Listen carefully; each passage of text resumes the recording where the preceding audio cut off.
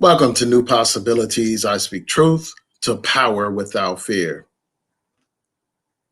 So I'm just going to wait a couple of seconds for people to join before I get started.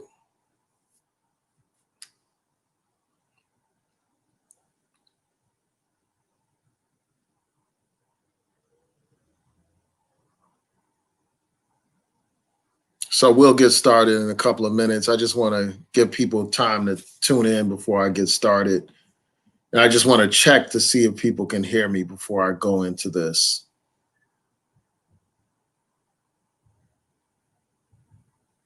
So I'll wait a couple of minutes.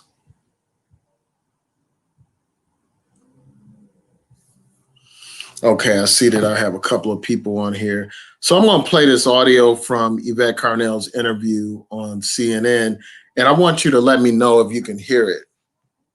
So if you can just throw up a 7, I'm just going to play a little bit of it right now. And what I'm going to do is I'm going to play it. I'm probably going to stop at certain points and then provide my commentary. And also, hopefully, I'll have time to respond to some of the things that you all are saying in the chat this time. I just want to power through these particular subjects tonight. So I may not have time to read all the comments like I usually do. So I'm going to play this audio as a test, and you all can throw up a 7 in the chat if you can hear it. Okay. As Yvette lets people know on her weekly show, Breaking Ground. Reparations is a very complex thing. An individual experience of racism in this country is not the same. I don't want to see another. So were you all able to hear that? You can throw up a 7 if you were able to hear that audio. Okay, I see that most people can hear. All right, so I'm going to play it from the beginning, and I may stop as she makes certain points during this interview, and then just provide my brief commentary. And I'm really interested in hearing from y'all. I wonder how many of you all actually saw her interview on CNN. It was last night at 10 p.m. Hold on, bear with me. I got to plug up my computer. Hold on one second. I'll be right back.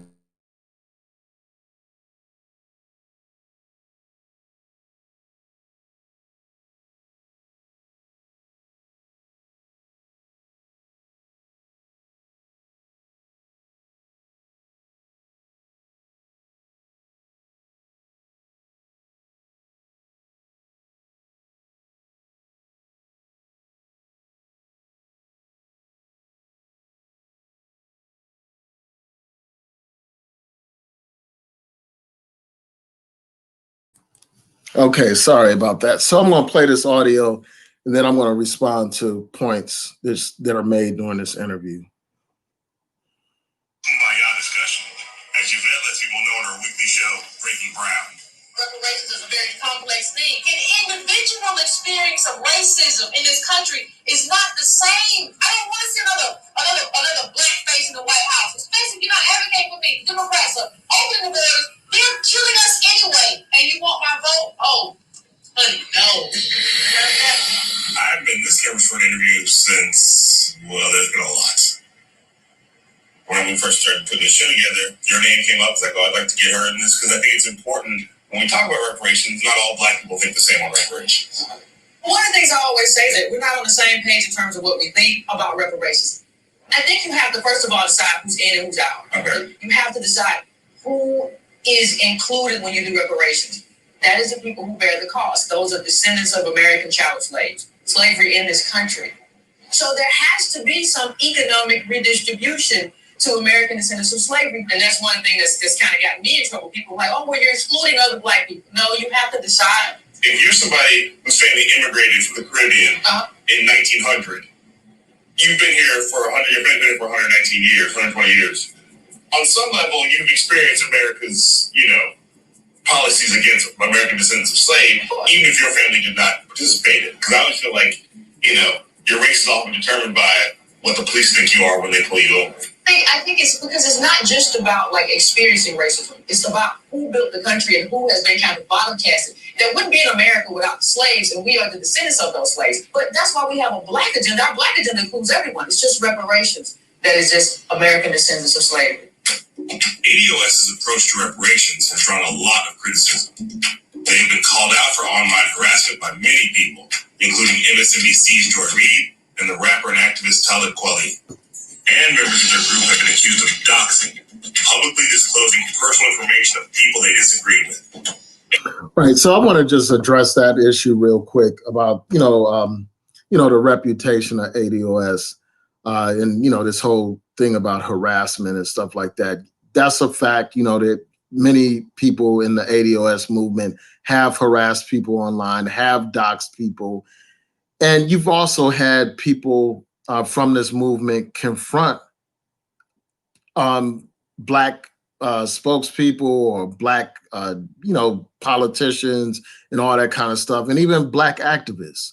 Like Mark Thompson, he had a confrontation with one of these ADOS people, who was all in his face and all that kind of stuff. So, I think that that's a legitimate point about harassment. And if you look at the situation involving Talib Kweli, like they released all this personal information about him, during his debates with the people from ADOS online and stuff like that.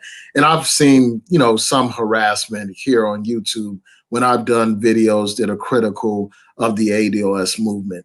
So, that's a valid point. That's a valid criticism of the ADOS movement.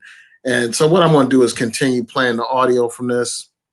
ADOS in the world is a very confrontational, we invited people on the show who were like, if Yvette's there, I can't be there. And I'm like, bitch, should I be there? You know what I mean? So there's a sense of like, if people are down with ADOS, especially Black people a lot of times, then ADOS might come for you. Why not be down with us? I'm laughing because it sounds like an offer you can't refuse. Yeah, so that's an interesting point. Like in that interview, at least the clips that they aired on CNN, like she doesn't deny, like Yvette Carnell is not denying that the ADOS has been, an aggressive force online. She's not denying this reputation that ADOS has. And I found that to be very interesting. And I also found it very interesting that, people didn't want to come on the program if she's going to be on there. Like they were like, if these ADOS people are on there, I'm not going to join the program. I'm not going to be a part of the broadcast. And I can understand why that's the case. ADOS is anti-immigrant, and I'm going to go into detail about that later. There's some audio from here that I'm going to respond to that deals with, immigrants and their attitude towards immigrants. But there are a lot of people that just don't want to be associated with ADOS, that have problems with the ADOS movement. And, I've done, prior videos. I've done like 2 videos talking about ADOS, and I will post those in the cards for people who are unfamiliar with my views on that. These videos go into detail. One of the videos is a response to Yvette Carnell's video called Pan-Africanism is Dead. And then I have some other videos that I did in response to Antonio Moore when he first explained what the ADOS movement is all about. And after hearing various videos and watching and listening to some of these videos, I did, a couple of responses to the ADOS movement's ideology, just breaking down, my points of opposition and my points of agreement. So one thing that I thought was very interesting about this particular CNN program was the fact that, it was all about reparations. And it did not feature one of the most prominent reparations groups in the movement, and that's Cobra. I'm surprised that they weren't a part of this discussion. And that may be the case because they decided to have Yvette Carnell on there. And even though I disagree with, the ADOS movement, I don't think people should be so intimidated to the point where they don't want to be on the program, or so disgusted or perturbed that they don't want to be on the program and share their views about this very important issue. Because like a lot of people had this misconception, or this belief that ADOS is the only group that put in the work for reparations, the only group doing anything about reparations. When the fact of the matter, before ADOS even existed, before Yvette Carnell even supported the notion of reparations, you had groups out here that were putting in the work, pushing this issue of reparations for the longest time. So I just had to raise those points. So let's continue on with this audio. It's not like we're some radical group. We're demanding reparations and a black agenda, because it's not just reparations, a black agenda as well. Yeah. So why wouldn't you be down with us? Right. So, and then that's another point that I want to deal with, this whole notion that, with respect to reparations, and this idea that, this idea that somehow immigrants think they're going to get reparations and all that kind of stuff. I mean, first of all, a lot of what they're suggesting is like almost as if, they believe that the checks are about to be distributed and they think that, immigrants are going to come and take reparations checks for slavery, the enslavement of African Americans. And there's nothing, I haven't seen any kind of evidence of people thinking that they are, of immigrants thinking that they are entitled to reparations in America for the enslavement of so-called American descendants of slaves. I haven't seen any kind of evidence that that would happen, or any immigrant groups advocating for reparations for slavery when they didn't experience slavery. So I don't understand like what this whole hostility and focus on immigrants is all about. And, just from an ideological perspective, I've done other videos where I talk about the ties of Yvette Carnell to these right-wing anti-immigrant groups. And in those videos, I explain like how that's really a key part of their agenda. This reparations piece is just like something used to push this right-wing agenda of, anti-immigrant sentiment. So let's continue listening to this interview. That's what raises a black agenda as well. Yeah. So why wouldn't you be down with us? ADOS is also includes being anti-immigrant. Oh, that's what I didn't mean to say. Oh. No, that's not. I knew I was going to bring up something you heard before. We've seen immigration studies, right? And yeah, so I found it interesting that when he asked her about that question of being anti-immigrant, her first reaction was to laugh, to find that amusing. So let's continue on. Immigrants don't impact American employees. And then a lot of times you'll see one asterisk, and it'll say, except for those people who don't have degrees, and then it'll say a lot of those people are black men. Unskilled, no degrees, they'll say, well, they'll concede that like it does impact black men. The only thing that we have said is that we have to get serious about what this country should look like in terms of immigration levels, how those impact other communities, which is our community. Black men is our community. Yeah. So we have said that you have to have a serious conversation about that. You can't just say, I want open borders and everybody gets to come. Countries have borders. It's just what it is. And you have to have an adult conversation about that. Yeah, so I want to respond to this whole thing about ADOS and being anti-immigrant and stuff like that. Because a lot of times, when confronted with this, when people present this to these ADOS people, and when I say ADOS people, I'm not talking about African Americans. I'm talking about these people that are part of this group that Yvette Carnell has founded. That's what I'm talking about. So when they're confronted with this question of being anti-immigrant, the first thing that they say is, no, we're not anti-immigrant and all that kind of stuff. We just want to make sure that American descendants of slaves get these reparations. But they repeatedly, if you watch the ADOS founders, videos and stuff like that, they are riddled with anti-immigrant sentiment.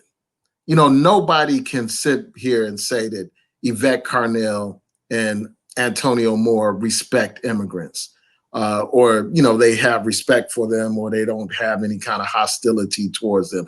Nobody can say that with a straight face if they listen to their material. They regularly bash immigrants, and Black immigrants in particular.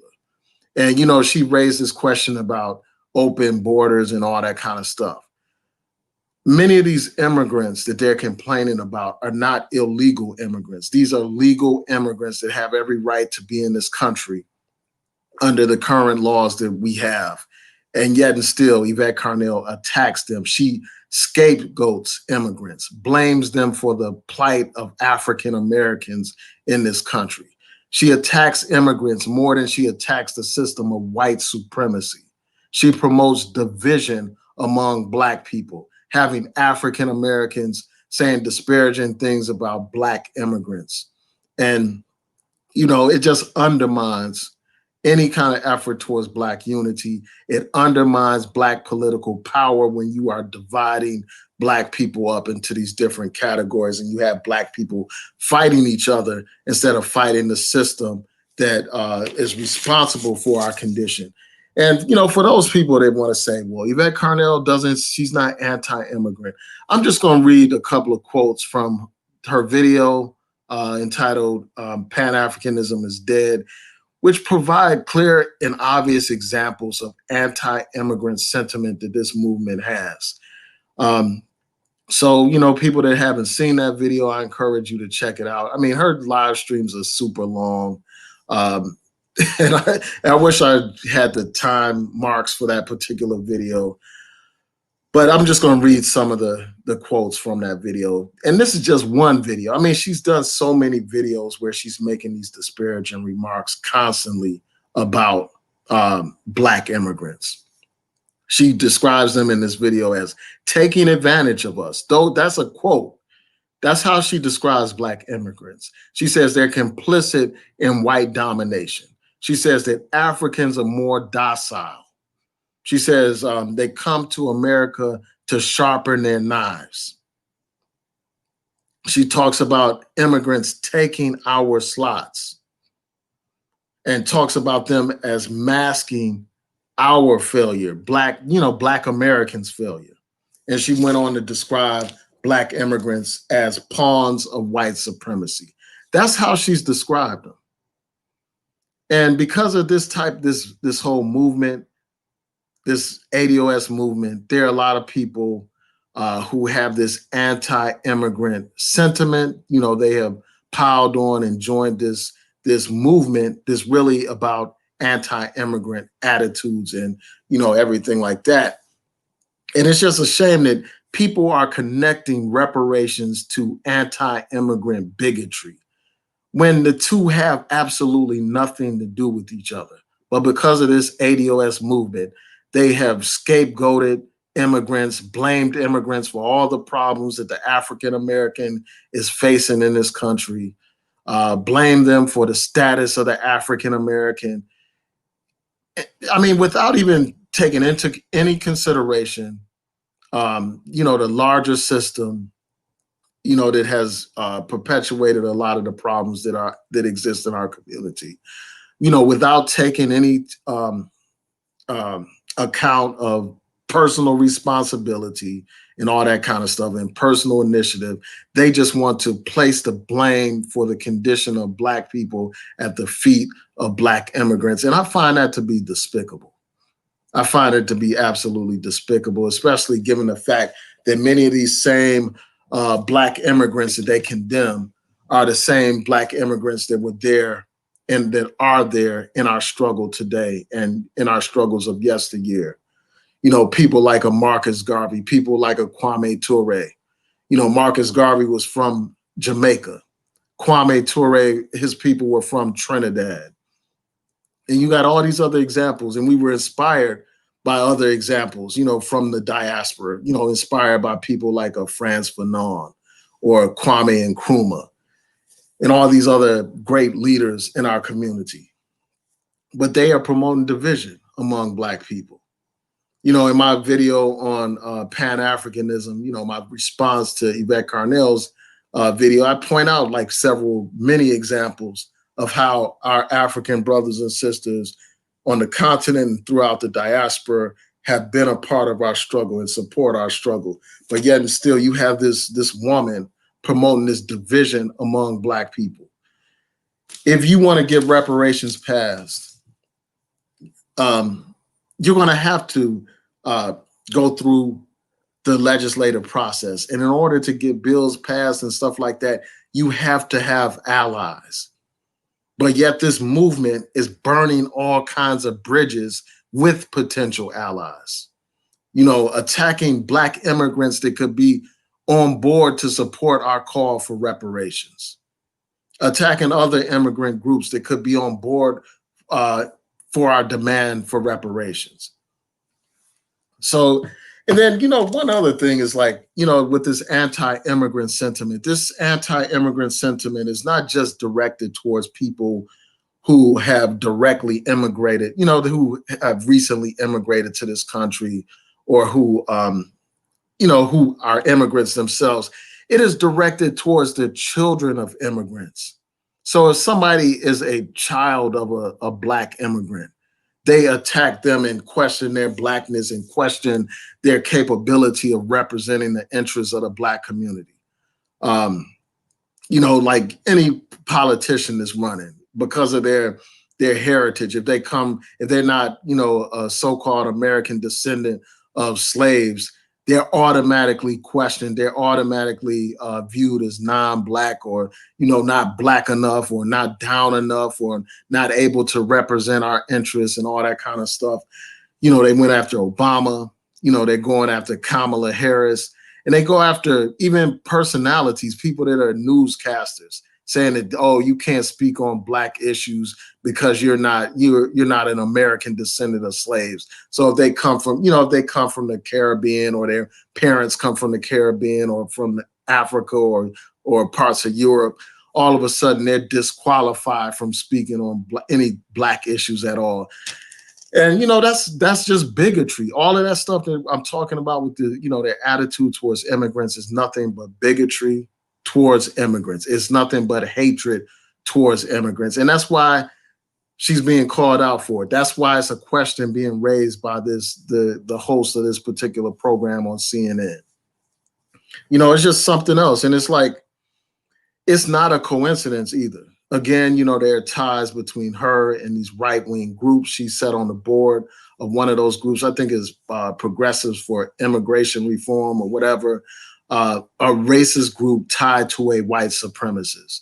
And again, I will post those videos in the cards for people to check out later if they want to see all the details about those ties between her and these right-wing anti-immigrant groups. Also, this is a woman that, while she disparages Black people that are running for office simply because they, you know, in part because they have parents who were immigrants, this woman has heaped all kinds of praise on Donald Trump, a racist bastard, a damn white supremacist. He prays on him. You know, there was one time when she was so geeked up and so hyped up about how Donald Trump handled some press conference that she actually put on a Make America Great Again hat. One of those Donald Trump MAGA hats.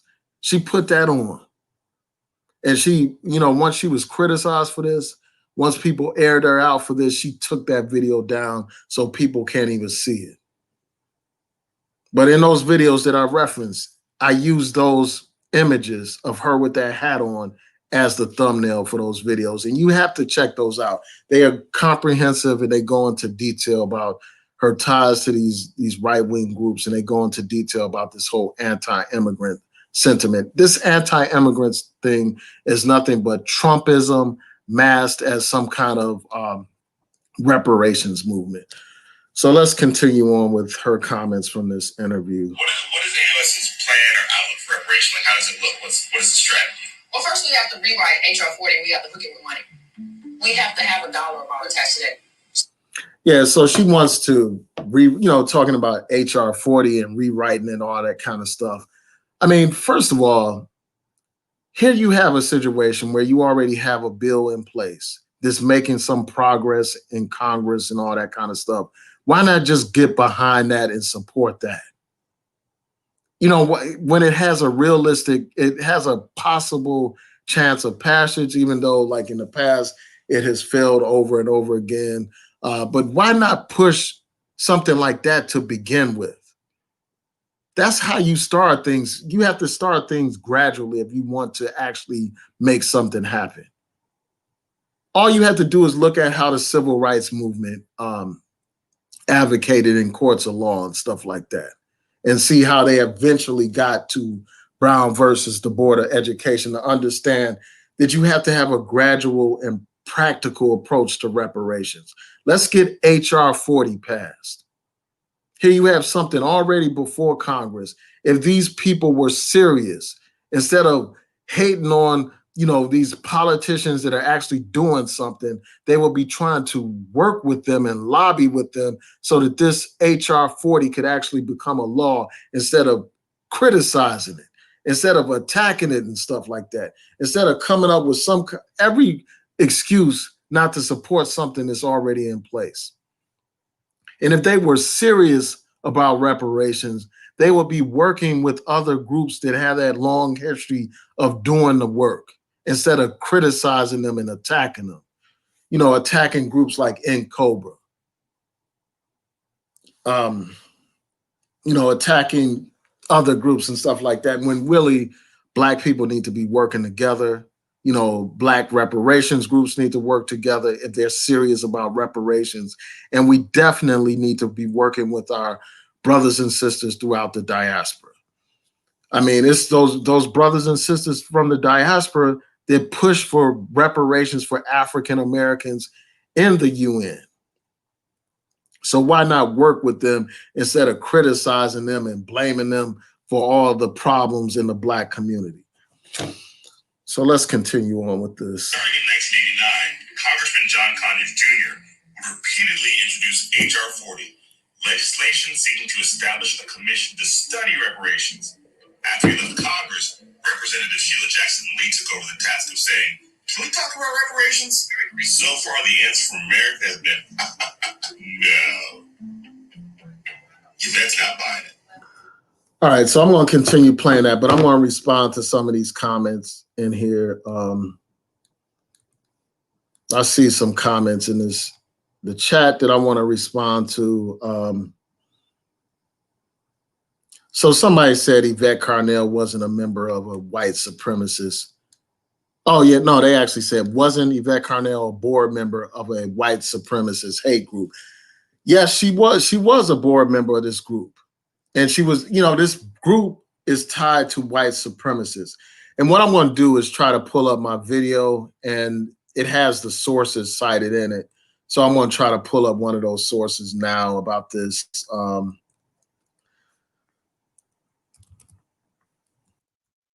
Just bear with me a second, so you all can see this for yourself. Just bear with me 1 second.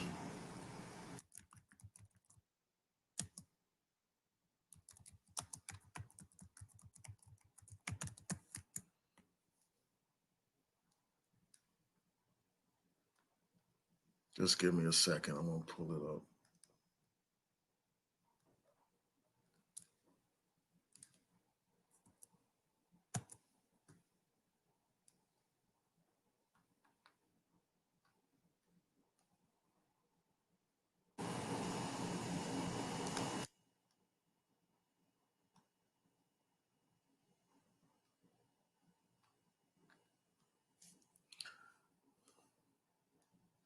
I might have to go to my channel real quick. Just bear with me a second.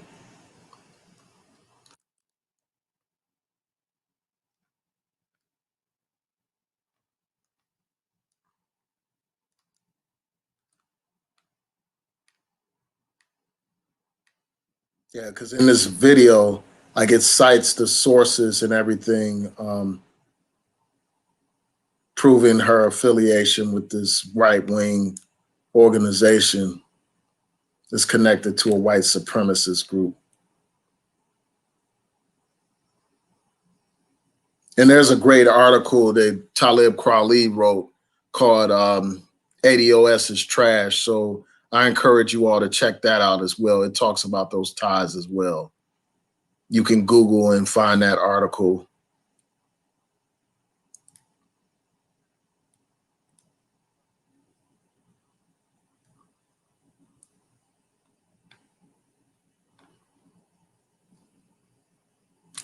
Okay, I found the video. I'm not going to play it, but hopefully there's an article in here.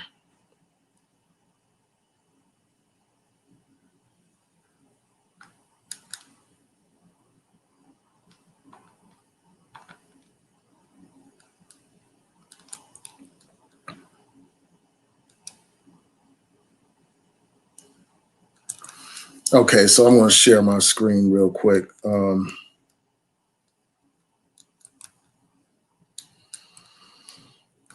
I'll get back to the interview in a second. Well, the name of the organization is called Progressives for Immigration Reform. That's a right-wing organization that's connected to John Tanton, a white supremacist.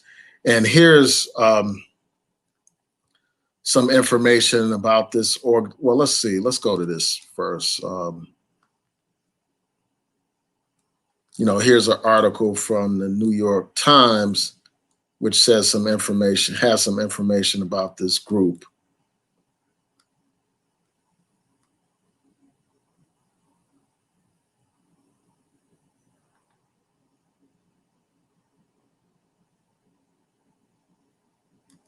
It talks about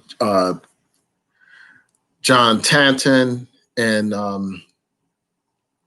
these different organizations that he created.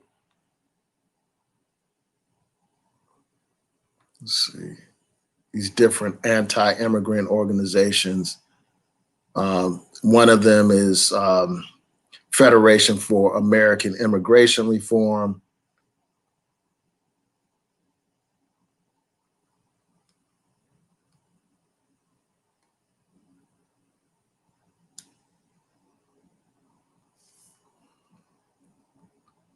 And it talks about how this group was marred by bigotry. Let's see.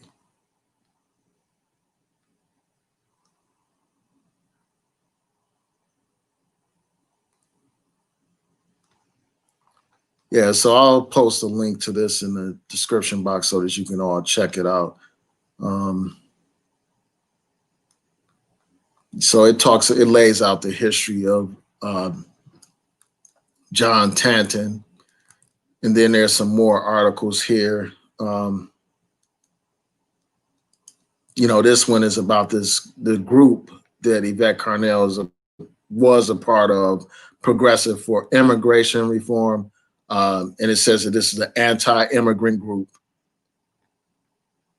that, basically plays to fears and anxieties of African Americans. This cited the example of joblessness and Hurricane Katrina, how they basically used that to stoke fears among African Americans, to, play on those fears to help create a coalition around anti-immigrant issues.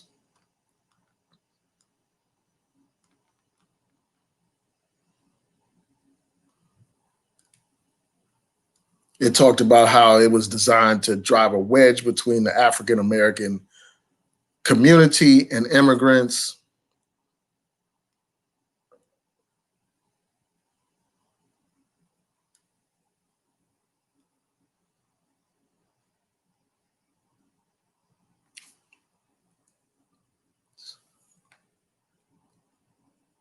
And it talks about John Tanton. It talks about how his network has been designated a hate group by the Southern Poverty Law Center. So I encourage you all to check out this. I'm not going to read through everything here, but let me pull up the information. Let's see. So here's the information on the Southern Poverty Law Center's website about, Progressives for Immigration Reform.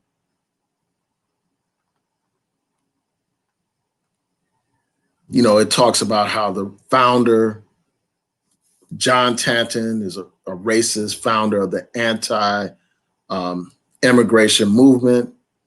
It talks about representatives of Numbers USA and Center for Immigration Studies. These are groups founded by Tanton. They participated in this convention or conference that they had with the Progressives for Immigration Reform. This talks about ties to Federation for American Immigration, American Immigration Reform. And it goes on to talk about how that organization is listed as a hate group, mentions that it was founded by Tanton.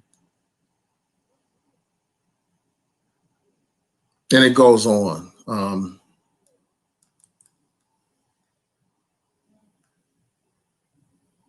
And then here's a, hopefully this tweet is still up.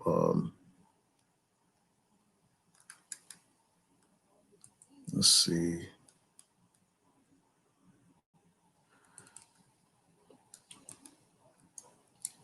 Yeah, so I don't see that tweet. I'm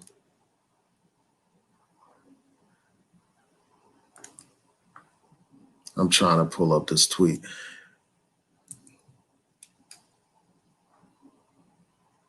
Yeah, so that's just information about this group that she was affiliated with, Progressives for Immigration Reform.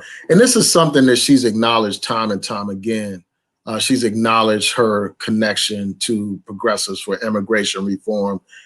And I'm going to just pull up this article. I'm going to stop sharing my screen for a second and pull up this article called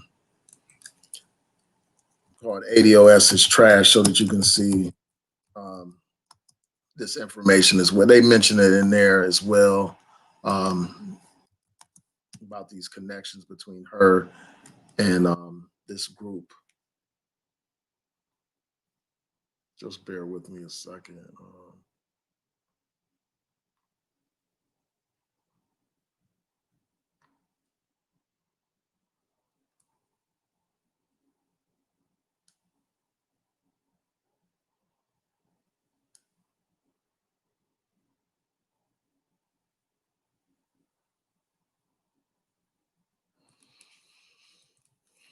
Okay, so let me share this real quick with y'all.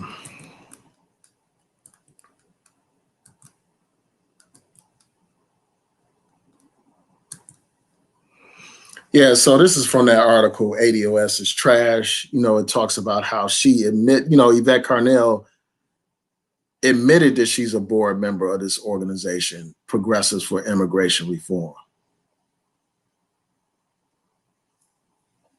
It talks about how it was designated a hate group by not only the Southern Poverty Law Center, but also by the Anti-Defamation League, and is funded by John Tanton, a white nationalist, who's known for creating right-wing think tanks.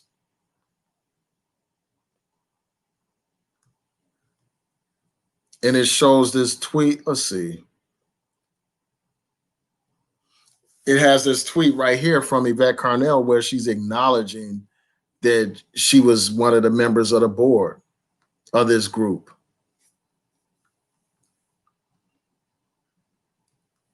So let me stop sharing my screen. But, for more details, I encourage you all to check out my other videos. I will post links in the description box and in the cards when I get a chance to, so you all can check those out. They go into far more detail. So what I'm going to do is keep playing this interview. It's only a couple of more minutes left to it. I want to thank people for tuning in. So let's play it. You can come up with a bill for everything else. Nobody has any problem talking about how many trillions is going to be for Medicare for all. So you have to come to me with the same kind of plans you come to every other group with. You have to come to me with the budget. And I think this election year is a good way for us to hold candidates accountable. A lot of the critique of ADOS has been ADOS is telling black people not to vote, and if black people don't vote, then we end up with 4 more years of Trump. If everybody has to live with it another 4 years because we don't come out in droves and support a candidate who's going to do anything specifically for us, that's not our fault. And Trump is not my reparations. We haven't encouraged anybody to stay at home, but we have encouraged Democratic down ballot. Which means just vote the down ballot. Yeah, you vote down ballot, but you vote for Democrats, but the top of the ticket gets no love unless you come to us. Correct. And say we have a reparations plan, which includes financial outlays of money. We have a budget attached to this. That's what we're pushing for. Yeah, and that's another thing that I have a huge problem with, and you hear a lot of here on YouTube. These hoteps and too woke to vote type people. They say that people should hold their vote, for president in order to make some kind of statement about reparations. They're saying, well, hey, you shouldn't even vote for president, because none of these people are addressing this question of reparations. And, this is my response to that. First, like I said before, like I've said this a couple of times. I said this on a live stream that I joined on Saturday. And I'll say it again, there are so many issues facing our community. We have police brutality, we have poverty, we have wealth disparities, we have education, we have healthcare, we have criminal justice reform in terms of sentencing. We have so many issues affecting our community. We have issues such as social programs designed to provide food assistance and housing assistance. So we have a large number of different issues that impact our community. Even environmental issues impact our community. We should not just focus solely on one issue. That shouldn't be our basis for voting for somebody or not voting for somebody. If we have a choice between two candidates and one candidate supports us on 9 issues and the other one doesn't support us on any issues at all, or very few issues, I'm not going to abstain from voting just because the one that supports us on 9 of our issues doesn't support us on that other issue, and that's reparations. I'm not going to stop voting because of that. When you just do the math, you see that this person supports us on more issues than the other person. And to abstain from voting, all that does is empower our enemies. It makes it easier for Trump to get reelected. It makes it easier for that to happen. And if Trump gets reelected, we would have somebody in place that supports us on very few of our issues when we could have had somebody in place that supports us on way more of our issues. And to me, that's just stupid to do so. It's stupid not to vote in that type of situation. We have to be calculated. We have to be intelligent and not ruled by our emotions. And too often, that's what it sounds like when I hear this stuff about just voting down ballot. Voting down ballot if somebody doesn't support this one issue. To me, that's ridiculous, because we know the power of a president to appoint, federal judges on the Supreme Court, the U.S. Court of Appeals, and the district courts. We know how important the president is in making up his cabinet that implements all these different policies, enforces various policies, whether we're talking about the Justice Department, the Board of the Education Department, the Housing and Urban Development, the Environmental Protection Agency. All of these agencies, the heads of all these agencies are appointed by the president. And many of them drive agendas that affect our lives in every single way. Things like education. We have a somebody that's in charge of the Department of Education that is hostile to public education. If Trump gets 4 more years, that woman, DeVos, will be able to continue to implement policies that are undermining public education, the same public education that our children depend on. So these things matter. It matters who's in charge of the Justice Department. The Justice Department enforces all kinds of civil rights. Enforces various civil rights laws. For instance, when police are accused of violating civil rights, it's the Justice Department that investigates those police officers in those police departments. When there are hate crimes in this country, it's the Justice Department that investigates those. Even if you look at an agency like the EEOC, all of those agencies are impacted by who is president. The president also helps drive the legislative agenda. by pushing certain laws, pushing for Congress to pass certain laws or advocating for the passage of certain laws. So it's very important who we have as president. And that's not to say that reparations is not important. As you all know, people that are familiar with this channel know that I strongly advocate for reparations. I push for reparations. Before this ADOS fad, I was advocating for reparations, and I will continue to advocate for it after ADOS. So this is not about having some opposition to reparations. I fully support reparations, but I also believe that we have to be practical when deciding who we're going to vote for president. We have to understand that it's not just about the quote unquote lower ballot. It's about every single key position, especially the president, given the impact and power that a president has. The president is deciding policies that affect one of the clear examples of the president affecting policies that impact our lives is how he's dealing with COVID-19. Here we have a deadly pandemic, a deadly virus that is disproportionately killing Black people. And we have a president who has failed to adequately respond to this crisis. And because of that, we have over 160,000 people dead. Who's elected president matters. It matters. So I just think that it's foolish to talk about not voting for president just to make some point about reparations. When even I think that we do have leverage to influence, the Democratic candidates, even before before the election, we still have time to influence them and push them on this question of reparations. We should not let up. But I'm not going to be foolish and allow this dictator to have more time in the White House when he has already proven how hostile he is to our interests as a people. I just don't think that it's wise for people to do that. And this doesn't, part of me wonders if this woman actually wants Trump to win, if she actually wants him to win. As I said before, she was wearing a Trump hat, all hyped up and celebrating this man, the way he handled a press conference. And after Trump was elected, this woman had a toast when he was elected.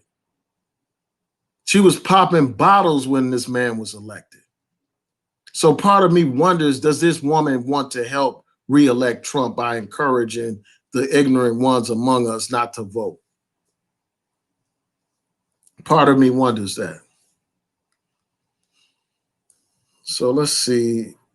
I'm going to play the last. I think I was just about finished with this. So let me play the last bit of it before I close out. Oh, yeah, that was it. So the name of that program is United Shades of America. Kamal Bell is the host. And, I encourage people to check it out. I don't know if it's available online. I just recorded it on my phone. So, yeah, let me see what you all are saying before I close out. I want to thank y'all for tuning in.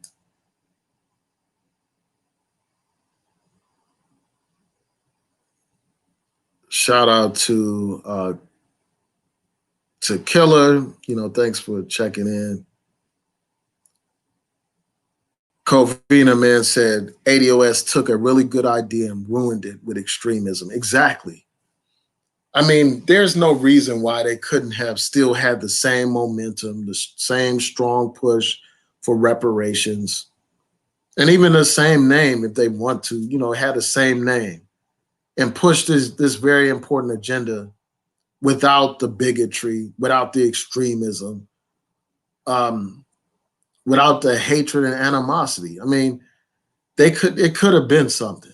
No, it could have been something great, something inclusive, something powerful. But instead, is nothing but a anti-immigrant movement that's operating under the guise of seeking reparations.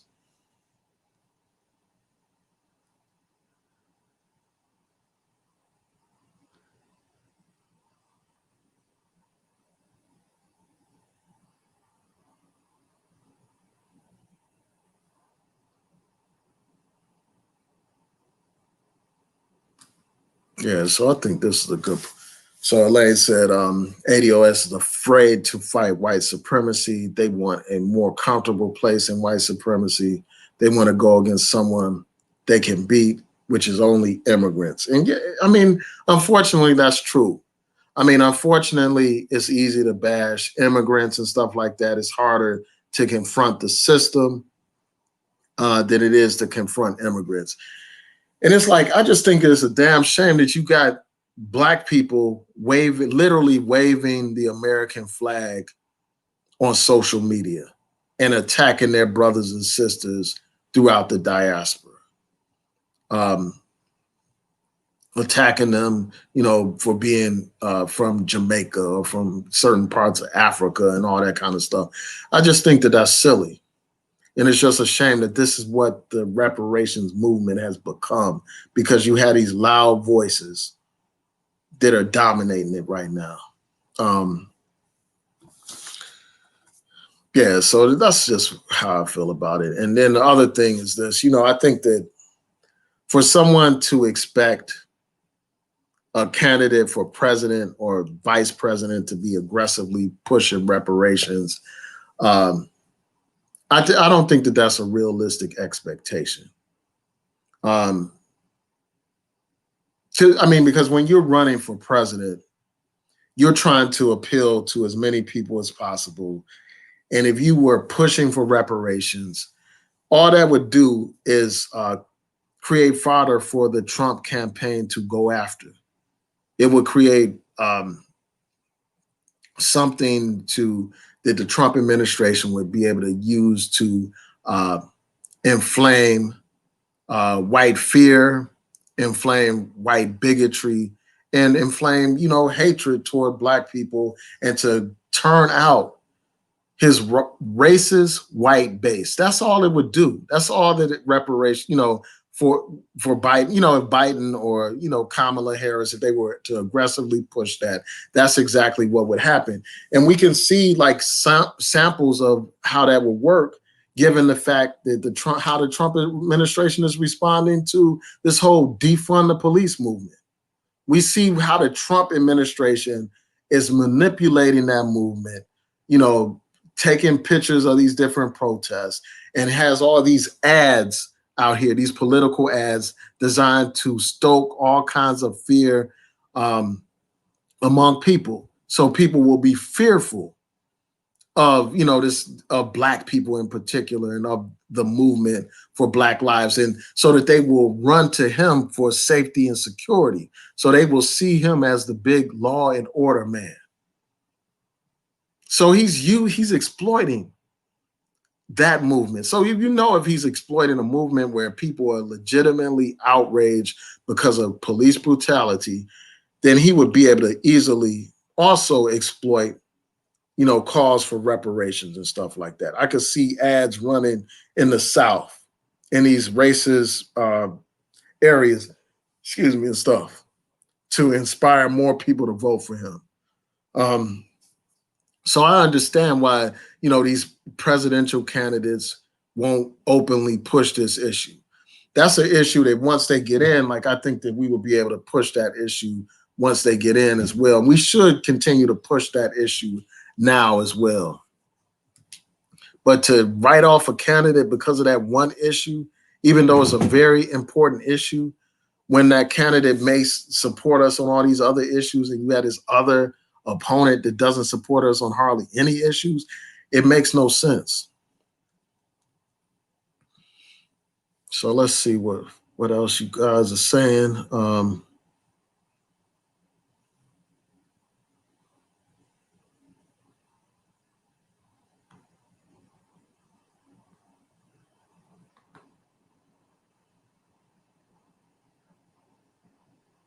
Shout out to Kwame Nkrumah.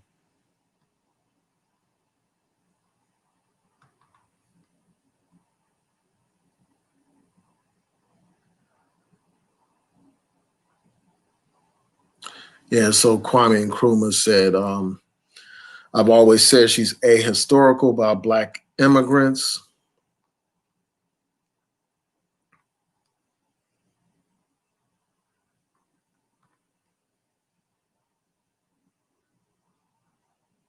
Somebody said she's nothing but a double talking fear monger.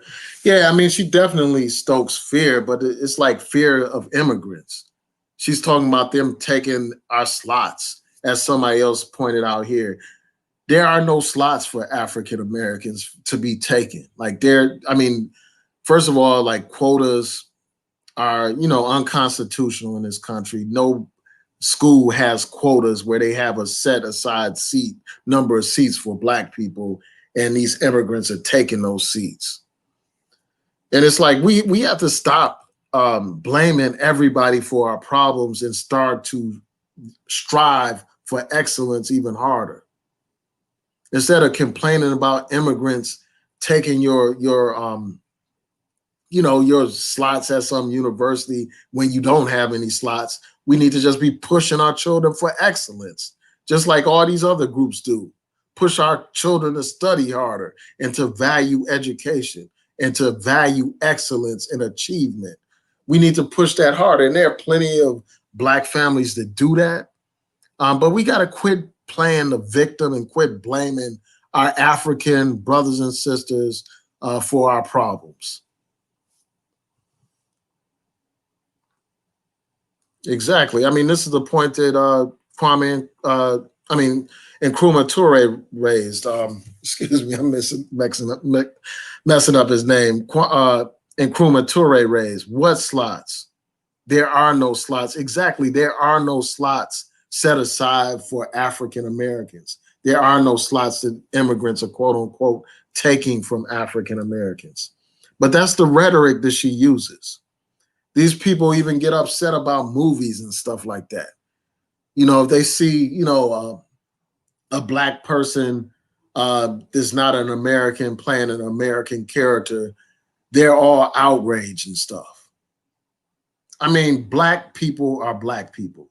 I mean, these same people, were they outraged when you had black Americans playing African characters on the continent? Were they as outraged about that? So yeah, man, it's just something else. It's just a shame that this movement for reparations has been linked to this anti-immigrant sentiment that we see just become mainstream since Trump has become elected. Shout out to Brother Bakari.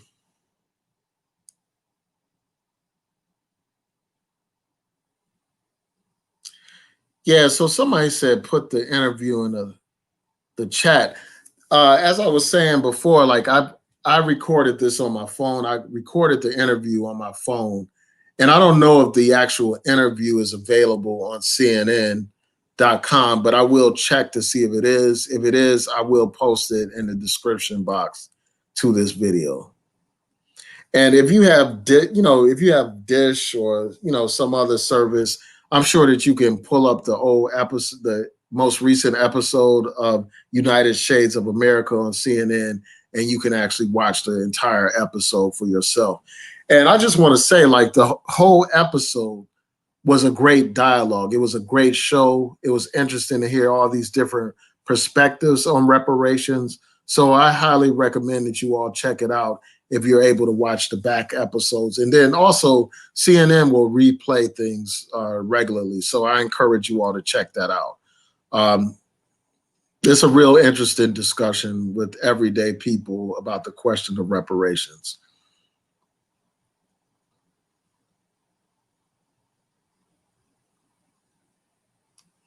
So,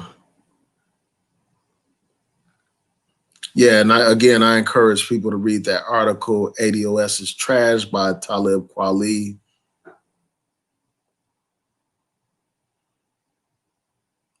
Yeah, so Hollow Point asked me, when am I, he said, let me pull up his comment. He said, when you're ready to debate this, let me know. I've debated this issue with many people, and I'll be happy to debate you anytime. It's probably easier on a Saturday morning for me to debate you. I'm usually available on Saturday mornings. If you put your email address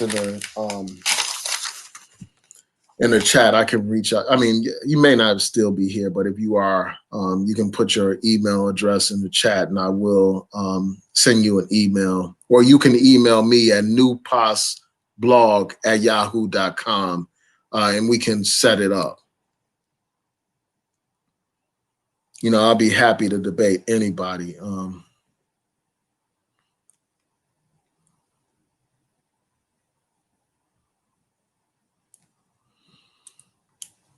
Yeah, so Renaissance Man said this: Yvette is very short-sighted.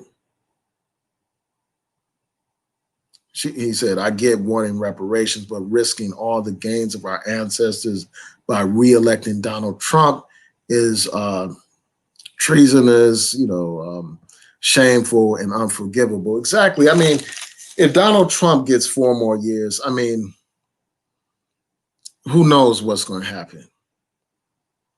Here we got all these people dying from this virus, and his response is what it is. Who knows what kind of Supreme Court we'll have. We know that Ruth Bader Ginsburg is elderly and sickly. She may not be on the bench much longer. And if he gets 1 more vote, a lot of these decisions are going to go far to the right. The court is already balanced toward the right, but it'll be even further to the right if he gets 1 more Supreme Court justice on there. You know, basic rights we take for granted could be taken away. Like, like many people didn't expect the Voting Rights Act to be gutted, but that's what happened. And that was, that wasn't under Trump. That was before Trump took office, but it was conservative justices that entered that, that reached that decision, that made the court come out that way.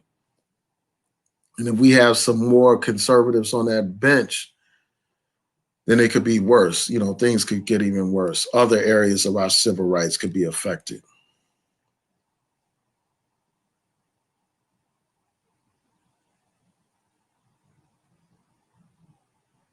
Let me just look through your comment.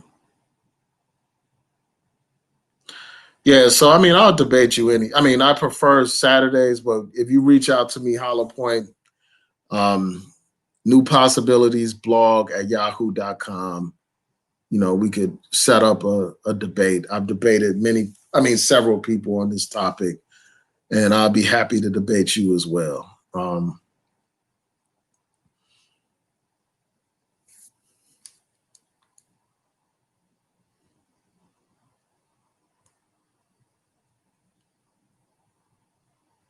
Hold on 1 second.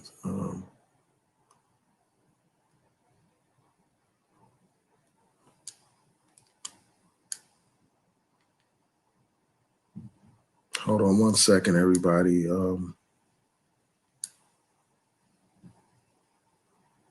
Yeah, I'm going to try to go through as many of these comments as I can. Just bear with me 1 second. I just have to go back. It jumped ahead.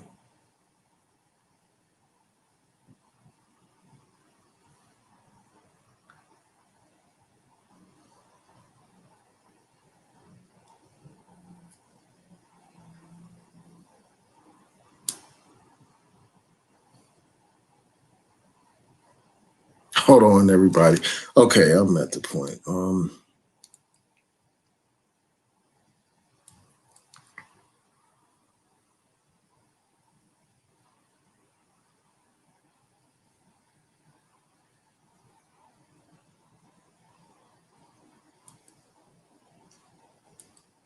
Just bear with me. I'm just looking through your comments.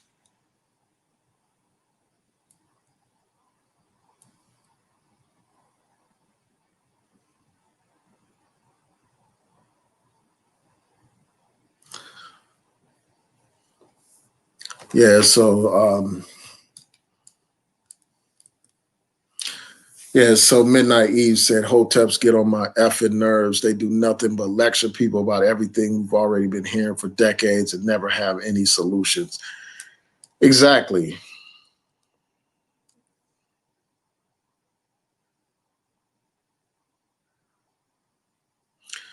Yeah, so pro-woman Jay said, but new possibilities, the Dems keep ignoring and taking us for granted. Talk to the Dems, they're the problem. Yeah, I mean, I think that we do need to press our issues more with the Democratic Party, but I don't think that they're ignoring our issues. They're not ignoring us. They've been forced to listen to us. Um, you know, and a prime example of that is the fact that Biden had to end up picking or selecting an African American, a black woman. And I know I don't want to get into the weeds and the back and forth about whether or not she's black and all that kind of stuff, but a black woman to that position as vice president. He was forced to do that because you had, first of all these prominent black men write a letter demanding that he appoint a black woman. And then you had black women who make up a large, a reliable block of voters in the Democratic Party, an influential block of voters in the Democratic Party. It was black women who were pushing this hard. And because of that, he had to select a black woman to be his vice presidential pick. And then also, because of the pressure that black people applied on him, people like Diddy, even an entertainer like Diddy was talking about, you have to get our, earn our vote, basically. We're not just going to vote for you and all that kind of stuff. In response to all that pressure, this man, Joe Biden put out his black agenda. And I've shared the link before. All you have to do is Google Joe Biden black agenda, and you will see highlights from his agenda for the black community. And I'm not saying, again, as I've said time and time again, that agenda is comprehensive or it covers our issues, but let's not pretend like they're not, like they're completely ignoring black people. Joe Biden cannot afford to ignore the black community. Black people made it possible for this man to win the nomination in the Democratic Party. Black people resuscitated his campaign. All those black voters in the South that helped save his campaign, he is in debt to black people because of that. And he has people like Jim Clyburn from South Carolina putting pressure on him to appoint a black woman to the Supreme Court, putting pressure on him to address a lot of our issues, and other people are applying pressure on him as well. So I don't think that they're ignoring us. I mean, they can't afford to ignore us in this election. And I think that because of that, we really need to still push this issue of reparations, but we just shouldn't be foolish enough to allow Donald Trump to get reelected.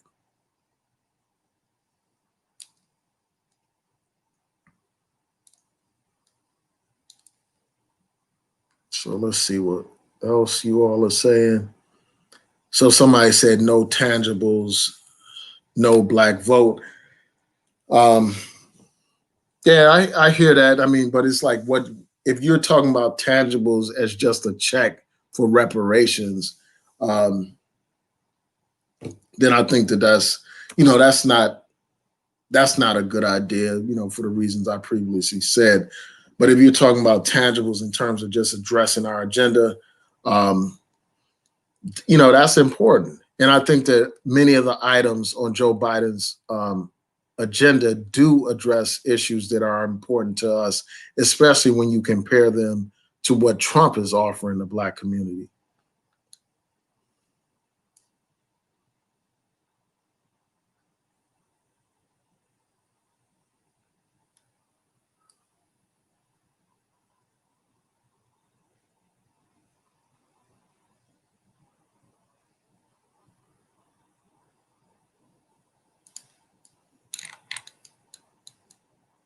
So this guy, Cadillac Gaddafi, said pro-blacks like Tariq Nasheed and Yvette Carnell are undercover agents that are paid off by right-wing organizations trying to discourage black people from voting so Donald Trump can win. I don't have any proof of that, that they are deliberately working with right-wing organizations. But at the end of the day, it has the effect of helping Trump to get reelected. Anytime you got somebody running around talking about don't vote, all you're doing is helping Donald Trump, whether you are consciously acting as an agent or not. At the end of the day, it has the same effect.